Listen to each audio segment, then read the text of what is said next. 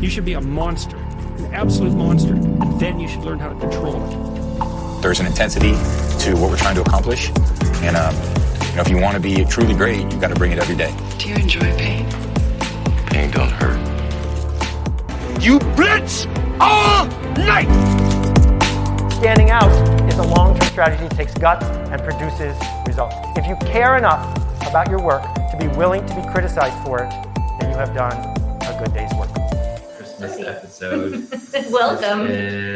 I don't think we should name the episodes every single time we do it. Like, it would be episode 4. I feel like it's just like something else to remember. I don't think This is we've episode 5. This is episode 6. ever named it. We're just saying welcome back to the next episode. Welcome to the Thunderdome. Nope. Well, kind of feels like that today. Hey guys, we're recording remote again. So From one of our many locations around the world, Secret Lairs, the Chateau. the work just doesn't stop. The Chateau with frosted windows and a Christmas tree in the back Yeah. that our servants put over us. I don't know why you would say these things with the It's like I'm writing a book, and I feel like I'm writing a book and can extra Stop. keep on annoying going. yellow warm lighting. It's like Hollywood fuzz, soft lens camera on us, looking so gracious. Anyway, you guys, thank you so much for joining us. We're happy that you're here. And what we want to talk about today, ironically, is something that we walked into this business center, working out. Someone was looking up videos of The Rock working out, and we thought, how perfect is that? We're gonna go do that next, even though we're out of town and we're on the go. The working out doesn't stop because it's important. It's key for how we live. Yes. Right. It's funny too, because somebody asked us recently if we script or have like points that we talk about when we're doing this, and we're like, nope. Pretty much, it's just a topic. I like topic that we're going to talk about. It's like Jen was saying. Today's topic is working out. So it's such a huge conversation. I feel like the beginning of this conversation could be when you're working out. It's just you against you.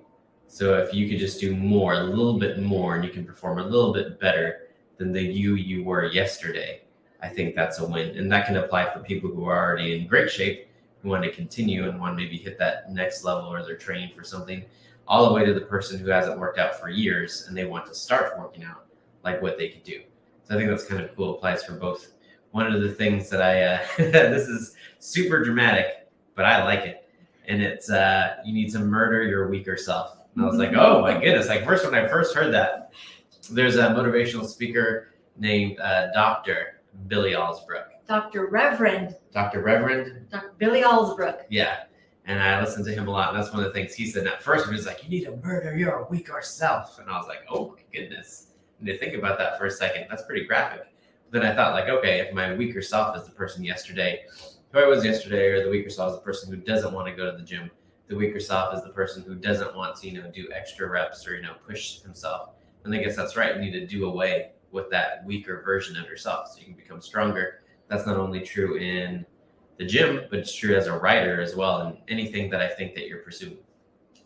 I think it goes back to one of the crazy things that Jonathan says after he works out, or when he's about to go work out and he's standing in the kitchen drinking his pre-workout, and he's like, I'm about to go commit first-degree murder on my body. And I'm like, oh my goodness, that sounds so graphic. But understanding where he's coming from is saying, like, I'm going to go push myself to my limits, and it's going to hurt and it's going to feel good at the same time because I know that I'm going to be stronger on the other side, which is very different from my mentality, whereas I understand intellectually how it helps us in so many ways, physiologically and mentally, how it provides clarity, it brings balance to hormones and emotions.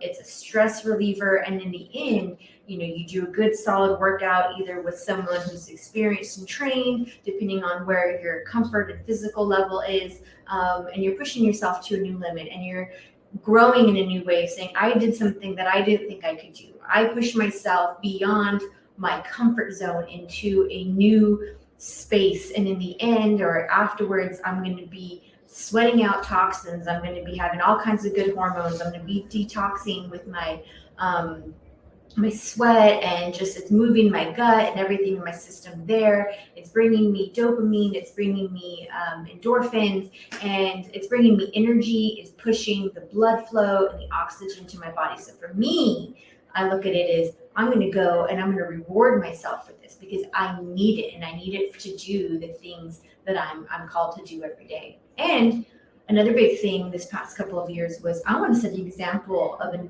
less sedentary, more physical life for our kids, because I want to have the practical muscles and strength to be able to work with them without back pain, without core weakness that is going to lead to a whole slew of other troubles. So I can sit on the floor with them, I can run with them at the park, and I can lift them up as long as they need, whether it's our 30 something pound 2-year-old or a 40, 50 pound year old 6-year-old. Our children are petite, by the way. So so to be able to do that with good strength. Man, there's so much I have to say. I don't even know where to start. One at a time. First thing, slow. I don't know if anybody, right? Very few times have I ever heard people saying like, oh, I really regretted going to the gym. I think for the vast majority of the time, right, for the most part, when you make yourself go, you're doing something that you know that you should be doing and that you need to go ahead and push yourself to that next level, to go ahead and hit that next rep or that next round of working out that you need to hit. So I don't think anybody's ever gone to the gym and it's like, oh, I actually don't. After they're done, they're like, oh, I wish I hadn't gone and worked out. Like everybody's good once you actually do it. And the second thing is, I think for creatives, like I'm talking, of course, from like the writer standpoint, but for creatives, I know a lot of people who don't like to read their bad reviews. And I read all my reviews because I feel like if enough people are saying the same thing, like even if it's like a 1 or 2 star review, but if enough people are saying the same thing, that maybe there's an opportunity for me to grow and learn in there. But a lot of authors don't like reading their bad reviews. And for me, it's like nothing, right? Like, and I think that comes back to the gym. Like these people don't understand what I'm doing to my body because I like it 5 times a week. I hit 5 times a week. We can talk about that too, like how many times a week. But 5 times a week, I'm just going in. I'm training like a mercenary. Like I'm training like I'm actually training for something to go do something. And I get all my energy out there. So when I do go read those reviews, like anything that anybody says to me can't touch me, right? None of that's going to matter at all. Like these people have no idea what I'm willing to do to myself or what I've said to myself to motivate myself. Like anything that they say is not going to hold, a candle. I think that's really interesting. You're talking about as creative, because you talked before about being a performer. You're a performer. You eat to feel yourself as a performer, and that's you performing at the keyboard, performing your day-to-day tasks as a father, and being able to go and sustain that maximum effort writing 5 a.m. schedule. And I think that goes back to the same thing, being physical as well. Like it's not like you're only sitting down for like 18 hours a day, but then you go to the gym for an hour and then you're sitting down again, because you're also very hands-on around the house and with the kids and running around.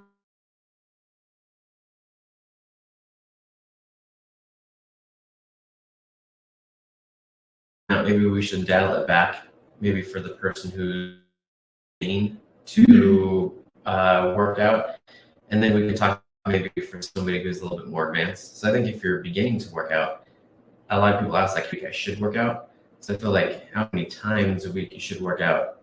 If you're beginning, take it slow. Like you don't have to try to, run a marathon day 1. So if you are not working out, I think maybe start with 3 times a week. Start with 2 times a week. Start with 2 times. Yeah. Going on a walk. Start with a walk if that's what you can do. And if you're honest with yourself, if you're pushing yourself.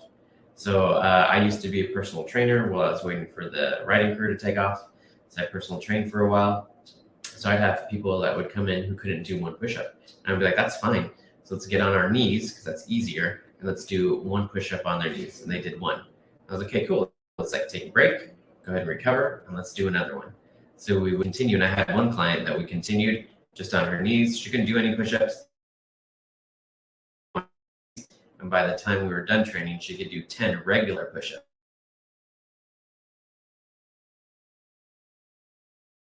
training with her. She was doing regular push-ups and then slowly build your way up. Again, it's not a marathon. You don't feel like you have to, do an hour at the gym 5 times a week to start with. Start where you're at. Yeah, another thing is that we have found, I don't forget who said it, but whatever your mind starts telling you, I'm done, that's enough, I can't do anymore, you've only used up maybe about 40% of your actual capacity. That there's still a lot. Was it 40% you've used up, or you have 40% left? I think you have 40% left to give. Okay, 40% left to give. Like we're created as animals, like back in like the caveman time, right? Like our bodies are trying to warn us of danger when they're in discomfort to kind of like protect us, right? So we don't hurt ourselves. So like back in the day, if there's a caveman running, his body's like tired, telling him to stop, he still technically has, 40% left to go. His body's just trying to warn him, like, hey, this is uncomfortable. Maybe we should do this before we hurt ourselves. But you still have 40% left to give. I think it's amazing to see what humans are capable of, and it goes back to we just kind of want to stay in our comfort zone. I'm more comfortable sitting in this nice desk chair than I'm going to be in a few minutes over at the gym and working out and sweating and doing those push-ups that I don't like to do. I listen to my body and I say, hey, there's a shoulder pain. I'm going to see what this feels like. Can I modify what I'm doing? But I'm also going to say, like, shut up, body. You're going to need this, and I'm going to feel great afterwards for being able to do it. And it's going to have, instead of saying I'm tired, think I'm going to have more energy after this. And I'm going to move my body and I'm going to build strength and I'm going to be more flexible. And it's going to give me a better quality of life so I can run the race that I'm called to and run it well. Yeah, your mind is the master and your body is the servant, not the other way around. So your body will do what your mind pushes it to do. And that's kind of like up to you. So when I work out with other people, like, don't compare. That's another big thing, right? Like, don't compare your journey where you're at right now to other people at the gym, or even if you're working out on your own. Like, you just focus on you. Did you do more today than you did yesterday? Or did you push yourself to the limit and you being honest with yourself, you did the most? Then that's great. Whether it was just a walk around the block and that's the most you could do, that's awesome. If you did, one push-up and that's all you could do, that's great. But I think the most important thing is that you're honest with yourself and that you're pushing your own boundaries. Because I think over time, you'll realize that your boundaries will grow. It's not that the push-ups will get easier, it's that you get stronger. Oh, I love that whole concept, by the way, that things don't get easier. Life doesn't get easier. Taking care of small children, writing the next book, script, producing the next film, going into that next meeting, that next season of life, of loss or whatever, it doesn't get easier, but that we can get stronger. And I think that too many of us have been told otherwise, led to believe otherwise, that we're somehow thinking we're entitled to an easier life. Like, we're not, but we have this great opportunity to get stronger. And I really live for that, because I know day-to-day things are different, and I'm going to bring my best every day. And my best today is going to look different than yesterday. My best tomorrow is going to look different as well. But to know that there's an opportunity to be stronger and that there is no real limit to what we can do. And I think that's just so encouraging for, anything and everything we want to achieve or have or be in this life. I think Bruce Lee is the one that said, don't pray for an easier life, pray for strength to bear the one you have well. Mm-hmm. So again, going back to kind of like, we're not doctors, so we can't tell you exactly what you should do for your own workout. But if somebody were to ask me what I would recommend, I would say for starting out, even 2 times a week is fine. If they ask how long, I would say even 45 minutes to an hour is great. Whether that means walking, doing some sort of cardio. If you're just starting off, walking is great. If you like to do, I would say if you're just starting off, walking is great. Push-ups on your knees. You don't have to go all the way down. Even if you got in that position and you went halfway down, that's a start. You got to start somewhere. It's progress. Like, even when I'm working on my novel, I think technically every single word that I put down, that's progress. Even one word is progress. Even the letter A. Even the letter A, that's progress. So if it's like half a push-up for you, that's progress. You got to start somewhere. And then I would say probably the last thing is maybe do either some squats or some crunches. And that's great because these are all things that you can do at your own house. Stretching is really good too. I didn't used to stretch a whole lot, and then the pandemic hit, and it's like, okay, all the gyms closed. And I was like, how am I going to use this time to grow? And I thought, like, well, I'm going to do more stretching now. I'm going to dive into that world. And that has helped so much. And there's tons of great information and videos and stuff you can find online for stretching for free. I would like to point out that during the pandemic, things are for everybody, just being true. But for Jonathan, who is like a beast, who needs to go to the gym, he gets all worked up if he doesn't get that out. So he made like a prison workout system in our garage in our front area. So he got a sledgehammer because we couldn't get a bunch of equipment or even basic weights, like were not available. So we could get a sledgehammer. You went to like the tire shop and bought like an old tire, or someone brought one over. Somebody brought a tire over. Old Yeah, tires, so like you were doing sledgehammer sledgehammer to tires. You got buckets and filled it with rocks. Yeah, because everything was so expensive. Like when the pandemic hit and everybody just wanted to buy gym equipment, it was like through the roof. So I was just like seeing what we had at the house that I could use. So we had a big, what are the big ones? Is it 4x8? We just talked about, remember? Oh, the 4x4s? 4x4s, the big square ones. Yeah, but the 4x4 is the 8 foot long. Yeah, so 4x4, 8 foot long. I would use that to do bicep curls, just like one hand at a time, right hand first, and left hand first, like whatever I could do. And slowly, I realized like, hey, this is an opportunity for us to see what we're weak at, and we're weak at. Like if anything like this ever happened to go, like how are we going to keep up our health? So slowly, then over the years, for any since 2020, so I guess for the last 2 years, any Christmas presents to each other, any Father's Day or Mother's Day or birthdays or whatever it might be, we're slowly buying each other gym equipment.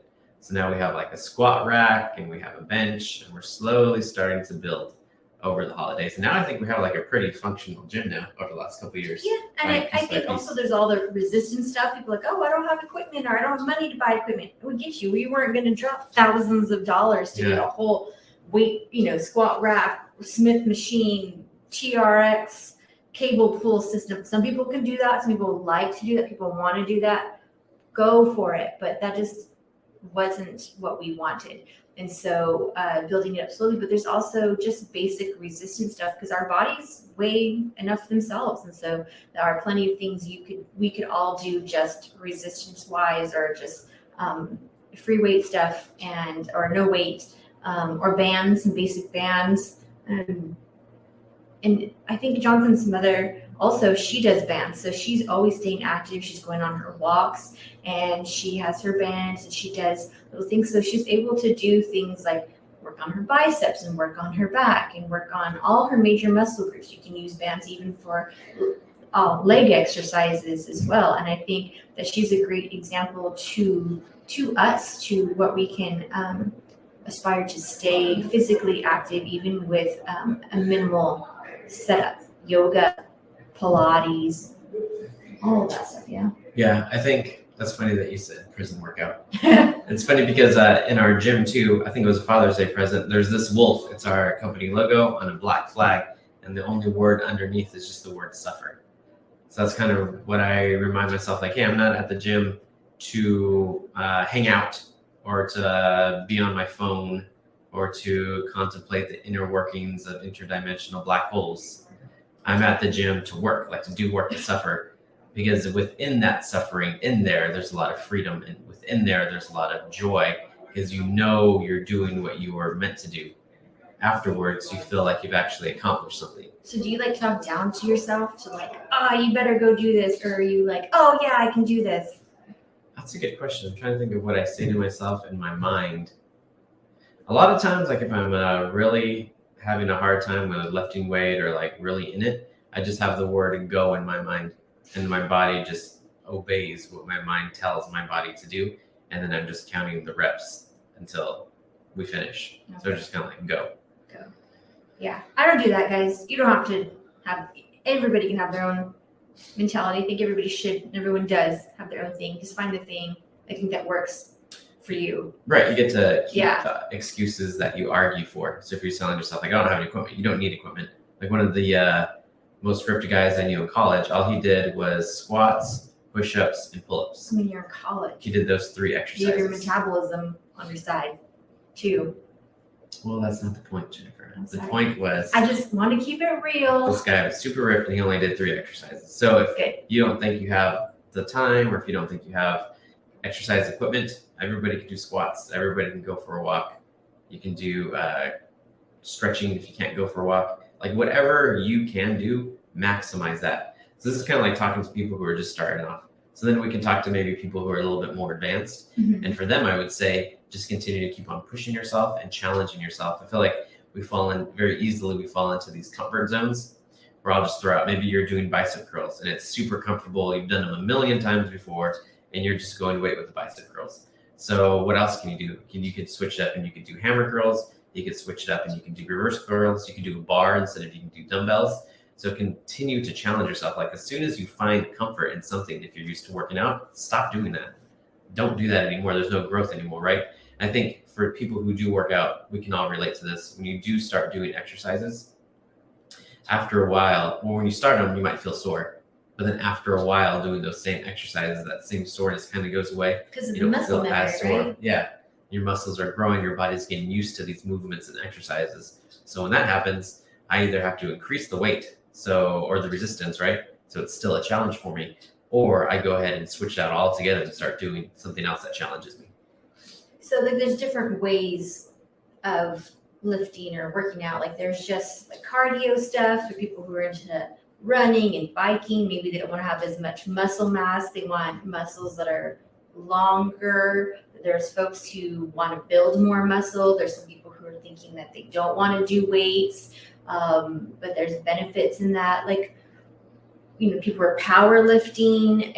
I don't know that there's just like working out, right? Because there's a whole Like exercising, variety. like Yeah, different people want exercise. different things from exercising. Mhm. Yeah, for so sure. like, For sure. okay. But I feel So- like everybody should exercise. Even if you're not in any competitions, you're not training for anything, you want to be healthy. If not for your loved ones, for yourself, like do it for yourself. You're not going to do it for anybody else Mhm. because the benefits are just like endless. Like what Jen was saying, like you feel good afterwards. If you're working out consistently, you're losing weight, and then that goes hand in hand with eating. I know for me, at least, it's more of an incentive for me to eat healthier too, because I know I just committed 1st-degree murder on my body at the gym, but then I don't want to go home and eat, a double fatty cheeseburger Again? with onion fries. Again, Yeah, or it could be something else. I really like cheeseburgers. I know you do. Eat I don't know, something else with pizza, like a deep pan pizza with buffalo wings and a Coke. Don't Because you I knock know the wings. She really likes I wings. like wings. It's because I know what I just did to my body at the gym. So that kind of helps motivate too. They work hand in hand. So it's like a whole cycle and a routine of things that work together. Is that what you're saying? You have a discipline. Oh, I think that's a key thing. Hold on. I'll circle back to the whole cycle thing. For me, it's not about being motivated because I will never always be motivated, but I have to be disciplined. And that was a huge thing. Because for me, over the years, I played sports in high school, but later college, I started going to the gym, and then since then I'd go off and on, and I'd have different periods of like yo-yoing between what I'm focused on. I had trained for like a half marathon, and then we did that. But I think I would say it's going on almost 3 years of being consistent in lifting and in pushing myself in those new limits to build strength and muscle mass, not bulky, just muscle mass, which by the way, is incredibly difficult to put on muscle for anyone who thinks that you can just lift a few weights and get some muscle. That is not the case. To be consistent, and part of that was coming to the realization of needing to create a routine, a schedule, and being disciplined about showing up for that appointment with myself regularly because of all the benefits that would come from it. So that's another tangent. But going back to how everything's a cycle and works together, not going about your day haphazardly, building in those time slots for the things that we need to do, being consistent with showing up at the gym to fuel your body when you're eating. That gives you all that we need. It gives us all that we need to do those things. If you want, whatever our goals and our dreams are, like we can't do it all if we're sick. We can't do it all if we're breaking our backs, if we are in pain, if our schedule is riddled with doctor's appointments for inflammatory diseases or physical things that can be managed if we had a better physical working of our bodies. And so part of that is we have, I don't want to say we have a team, but we have some, they're basically like friends now, but they're folks that we go to that help us.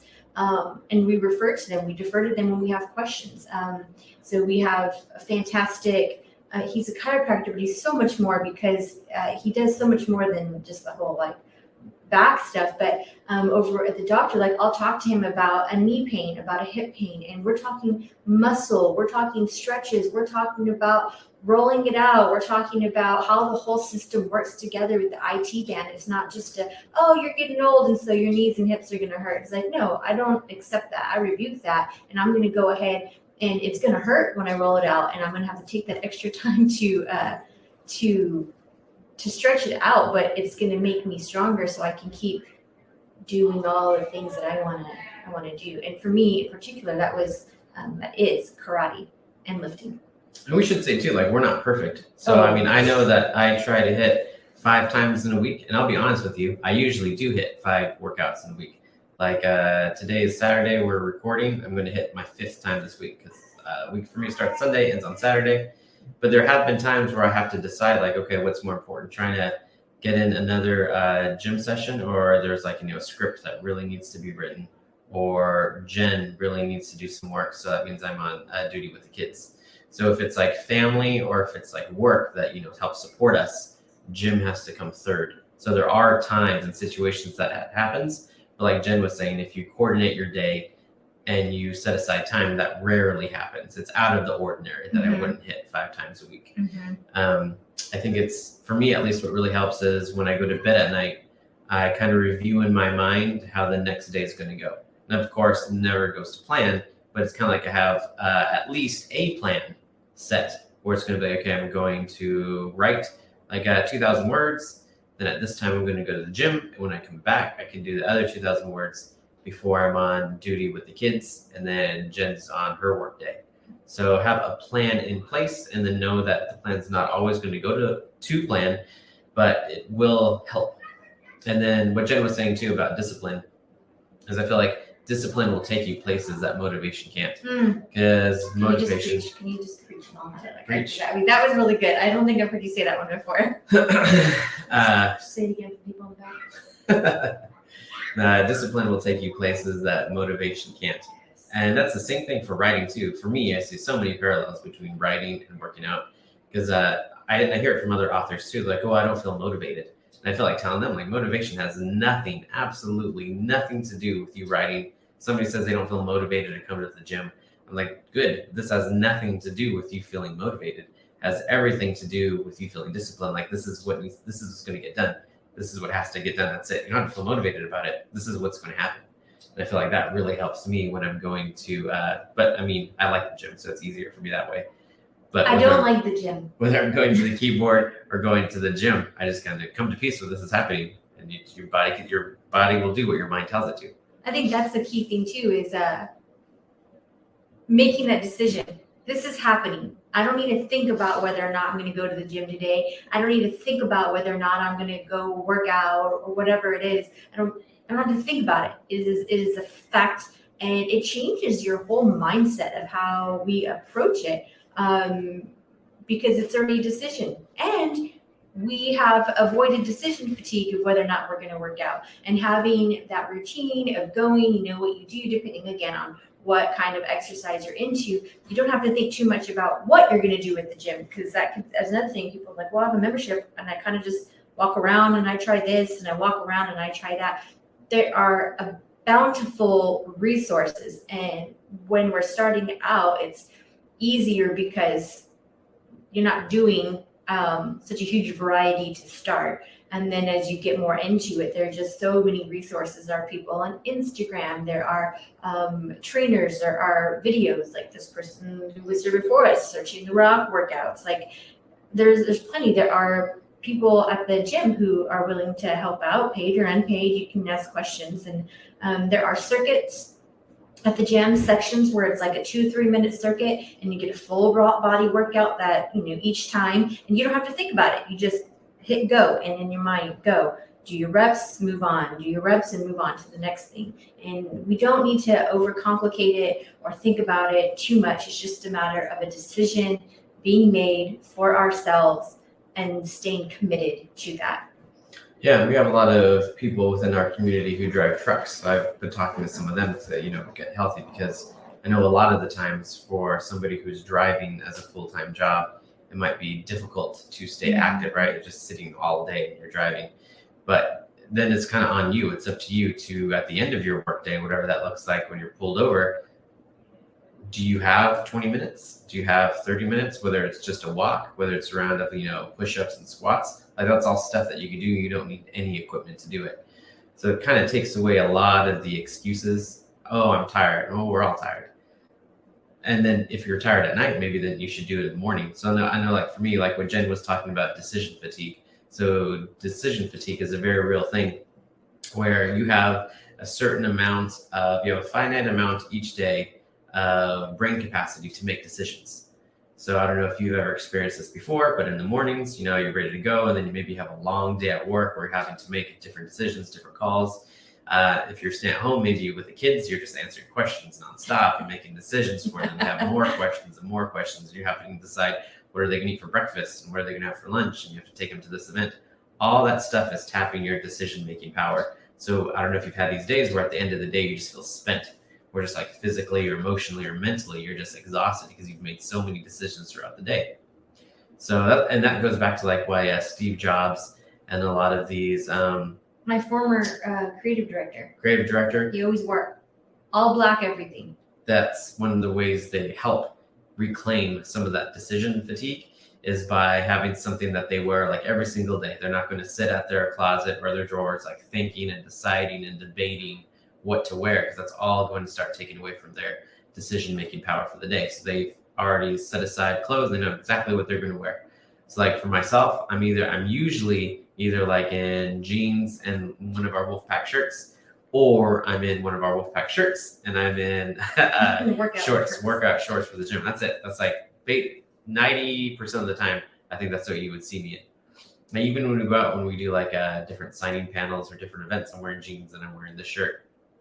I have Converse that I wear, and then gym shoes that I wear to the gym, and that's about it. So remember to guard your decision-making skills like your life depends on it, because it does. So guard that time that you have to make decisions, and that's where Jen was saying if you have already time built into your schedule where you're going to work out, you don't really have to think about it, right? You don't have to like wake up in the morning and be like, oh, I wonder if I'm going to work out today.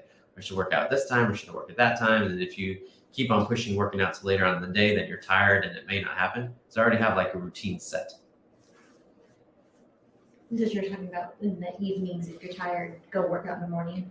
Yeah, because I know for me personally, I have more energy in the mornings, and then probably like around 6 or 7, like after dinner, it's all a quick decline to Zombieland when I start just like passing out. Like not sometimes, like last week or 2 weeks ago, Jen and I were watching Graham Hancock's Apocalypse, Ancient Apocalypse, yeah, on Netflix. And I thought it was great. I liked it. Don't get me wrong, super interesting.